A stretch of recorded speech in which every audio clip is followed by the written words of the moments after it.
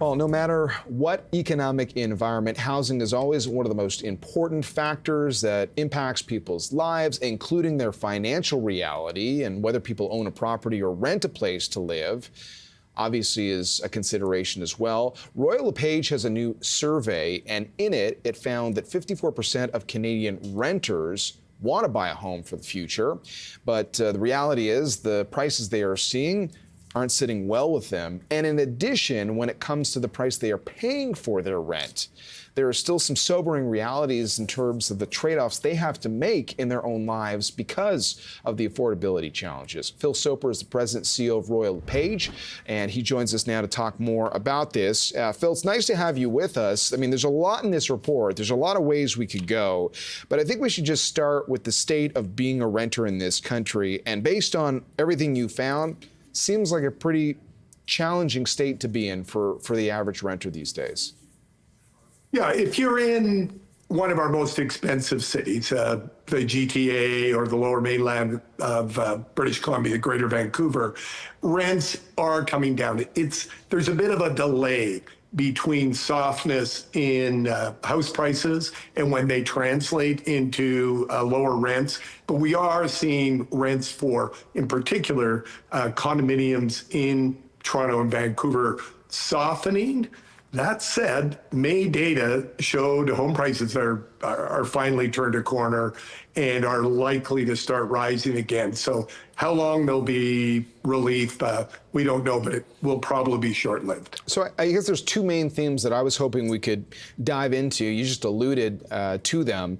One is that for renters, because of what they have to pay in rent, sometimes they're having to make tough decisions about where the rest of their income goes.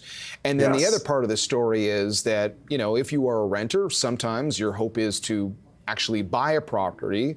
And even though we've talked about, you know, what felt like maybe a quieter time in the home market in terms of pricing, that those prices just weren't at levels that were attractive enough to those renters in making that move. And now you're indicating that maybe there's even an indication that prices for homes could be picking up? Yes, absolutely. It is most renters' desire to become homeowners. And I think it's part of the Canadian, maybe the North American dream, own a part of the rock. Home ownership rates are much higher in Canada and the United States, for example, than in places like Switzerland or Scandinavia. So it is 2/3 of Canadians own their own homes. And in the data, as you alluded to in the introduction, 54% of renters say they plan to be homeowners, and they'd like to within 2 years. Now that's aspirational. We know it won't reach that number. We don't expect the home ownership rate to change much from that 2/3, but renters do make the transition. And in the early years of ownership, it's a stretch because when you're an owner, you're paying both for the investment side of owning a home as well as the consumption side, putting a roof over your head, whereas a renter's only doing half of that. Well, and the other thing, just to get a little deeper into, as a renter that is maybe looking at potentially buying a home, but in the meantime, renting, what you guys found was that more than half of tenants are spending at least 30% of the income that they generate on those rental payments. And I mean, that's generally high. I mean, if you look at history, and you guys went deeper than that to talk about some of the trade-offs that people are making.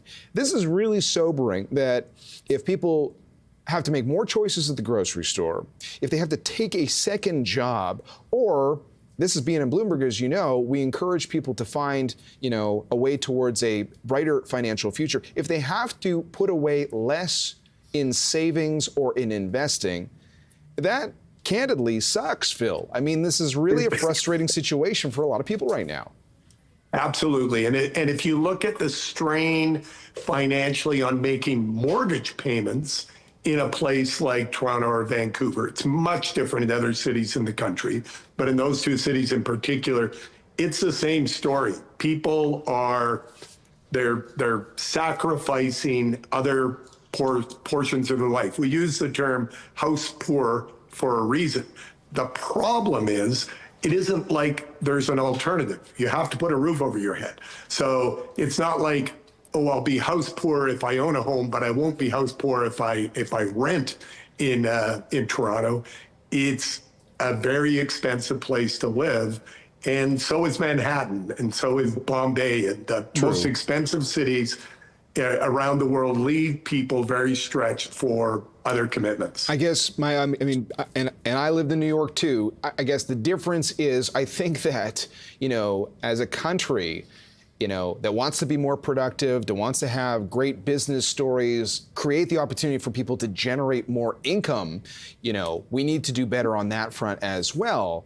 So in the short term, there's going to be this economic uncertainty, like the Bank of Canada, we've talked about it this morning. The Bank of Canada is very closely going to be watching the jobs market. Obviously, things get even more complicated, whether you're a homeowner or a renter, if you don't have a job. That is a short-term theme that we'll be watching. The longer-term theme, and we've heard all levels of government talk about it for years, and we've certainly heard the new federal government talk about it as well, addressing home affordability and the possibility of building more. From everything you've seen so far, do you see a long-term roadmap through government steps that can help to create more affordable housing for all Canadians? Yeah, it all comes back to supply. I was at speaking at a banking forum yesterday, and in the Q&A portion, someone said, we need rates to come down, we need the stress test to disappear, and it'll help affordability.